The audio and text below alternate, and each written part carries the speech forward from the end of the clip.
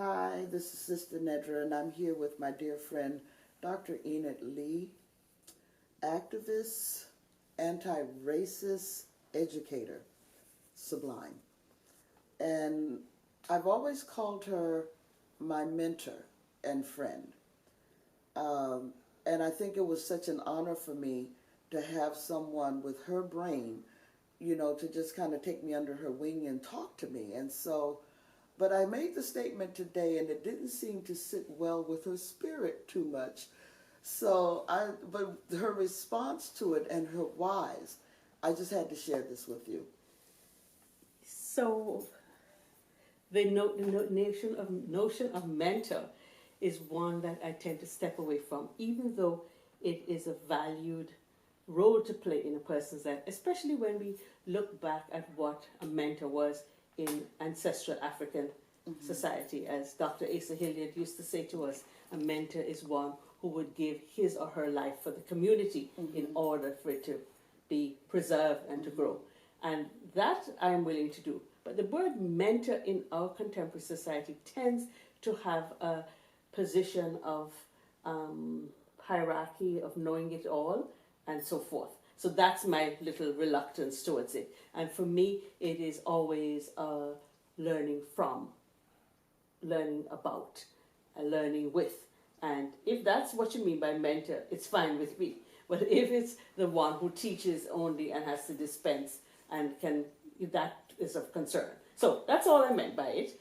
I see myself as learning from, learning with in every encounter I'm engaged in. And definitely the old version of mentor, which is to really do everything within your power to preserve your community, to help it to grow and so forth. I am that. So if that's what you had in mind, that's okay. Yes, as just as many other black people in this country and indeed around the world found it shocking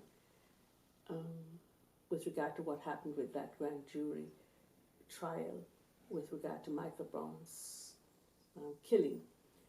I remind myself every day that I will expect racism, but I will not accept it. Expect it, but don't accept it.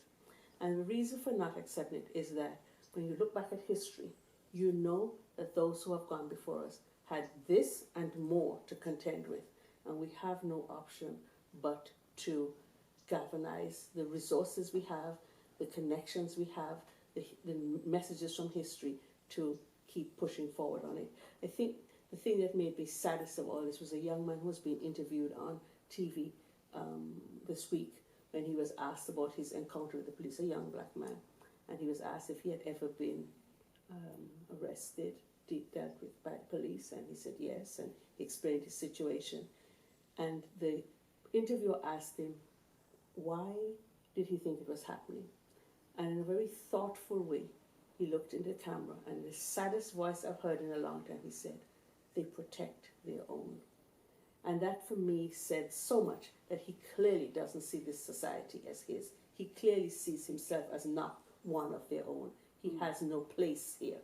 And that is so true for many, many, many young black men and women that I deal with and that are around us.